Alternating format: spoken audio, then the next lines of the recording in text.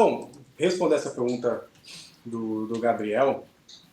O Gabriel perguntou: Caleri e Rian Francisco voltam quando? Tem previsão? Seguinte, vou trazer um pouquinho essa questão do Caleri. Todo mundo coloca como prazo que o Caleri retorne ao São Paulo na próxima temporada, tá?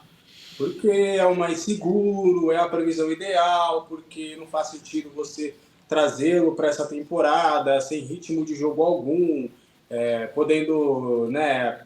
E a gente sabe quando volta de uma lesão de LCA. A gente está vendo, por exemplo, o Neymar. Eu não estou comparando o jogador, pelo amor de Deus, eu estou falando de lado físico. Todo jogador que sofre com LCA, a maioria, né, a probabilidade é muito grande dele sofrer com problemas musculares. Isso é natural porque ainda vai haver um desnível do joelho, a massa muscular ainda não vai estar 100% ali de um joelho para o outro. Você, quando faz esse tipo de contusão, você perde consideravelmente a massa muscular naquela região. Então, é toda uma complexidade que fazem a gente não acreditar, ou melhor dizendo, eles não projetam com que o Caleri volte em 2025. Mas, contudo, entretanto, todavia, todo mundo com quem a gente conversa, principalmente as pessoas ligadas ao Caleri, afirmam que a recuperação dele está muito acelerada. E que até eles até brincam e tiram ali como parâmetro a lesão do Pedro. O Pedro também passou por um LCA, o Pedro do Flamengo, ele voltou em 7 meses. O que não é comum, não é natural. O que aconteceu com o Pedro foi algo anormal. Não é regra. A regra do LCA é de 9 a 12 meses. Só que aí, como o cara está se dedicando, está evoluindo bem, ele começou a correr no gramado antes do previsto, começou ali a fazer algumas atividades antes do previsto, tirou ali a tipóia antes do previsto. Então, tudo o Caleri ele está conseguindo evoluir de uma maneira considerável. E até eu conversei com uma pessoa importante da parte do Caleri, aí não tem nada a ver com o São Paulo, mas é muito próximo ao Caleri, que conforme ele foi evoluindo e se dedicando e vendo que seria possível retornar esse ano, ele começou a pensar, sonhar na possibilidade de tipo, poxa, imagina, o São Paulo vai lá para a final da Libertadores e eu tô lá, eu consigo estar lá, pelo menos para ficar no banco, pelo menos, sabe, para jogar uns minutos, sabe, naquela resenha ali de conversar ali com todo mundo, ali numa brincadeira.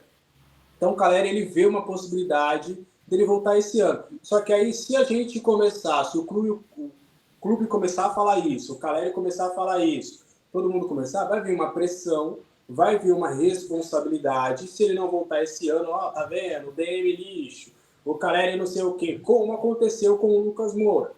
Então, por isso que todo mundo está tendo uma cautela muito grande referente ao Caleri em relação a esse retorno, tá? Então, a previsão, o correto, o que a gente tem que aguardar, o que a gente tem que esperar é o Caleri voltando em 2026. A partir lá de janeiro, pré-temporada, ele já vai começar a pré-temporada com os companheiros e tudo certo.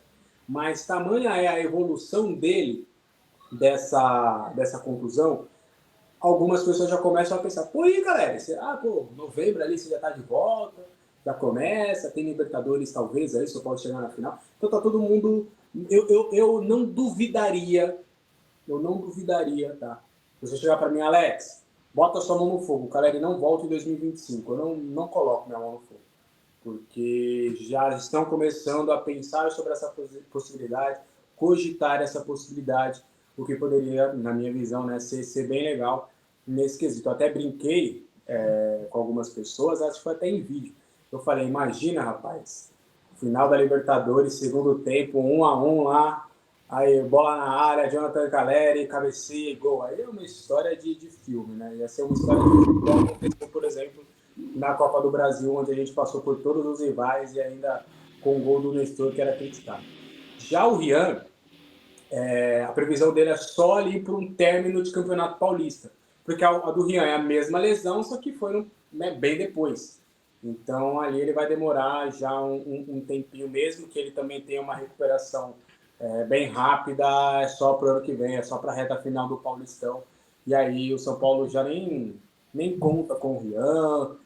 Ano que vem também o projeto inicial é não contar com o Rian, porque aí às vezes você pode, né, acabar deixando de contratar uma peça importante pelo Rian, mas aí quando ele voltar, o São Paulo vai fazer todo o trabalho para ele de adaptação, de readequação física, tá mais ou menos nesse sentido, tá bom?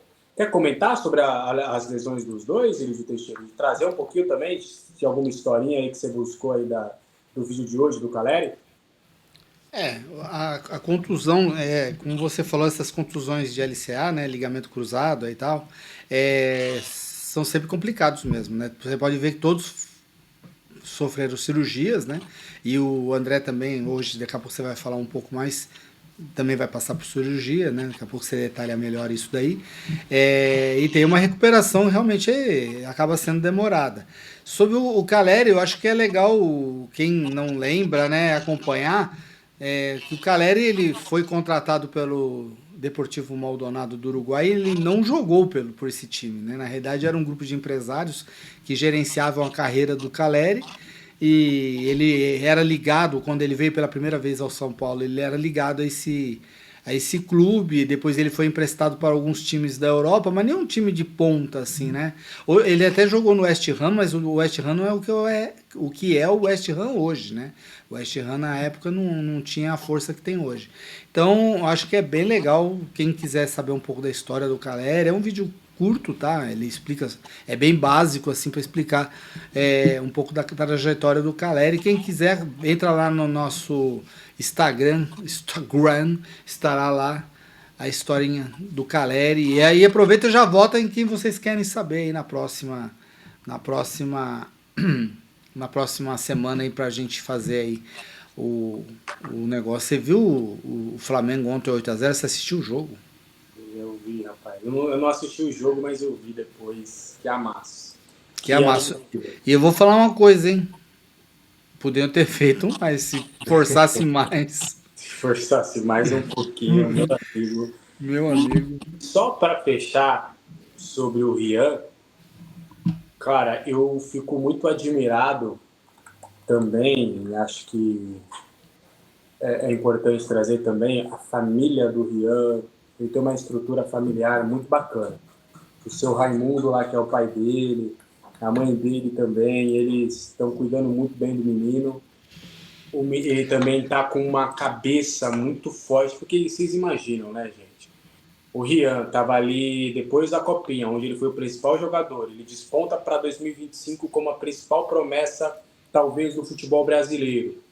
E aí você tem. Aí você fica 6 meses, praticamente 7 meses, com um treinador que não lhe dá as oportunidades que todo mundo aguardava. Aí vem o treinador, você começa a jogar, esse treinador mostra que quer contar com vocês, que quer realmente seu futebol e você tem essa lesão.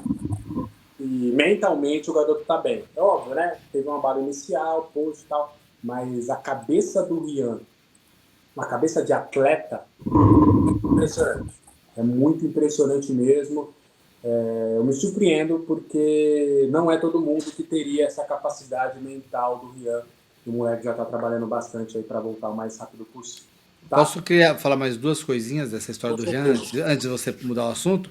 E tem mais dois fatores, hein?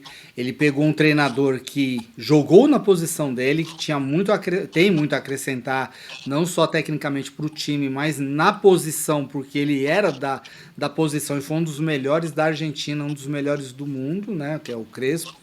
E além do mais, ele viu os colegas dele de mesma época de São Paulo jogarem, né? Ele ficou ali, ele não jogava, mas o Lucas Ferreira jogava, o Matheus jogava e ele não jogava, né? E ele ficou sempre. E foi aquilo que você falou. O Zubeldia, no esquema do Zubeldia, não cabia o Renan Francisco, ele não usava o Renan Francisco, e agora ele fatalmente seria utilizado. Então, realmente.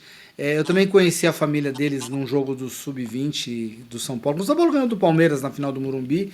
A gente Copa do foi lá, Brasil? na Copa do Brasil, a gente cobriu.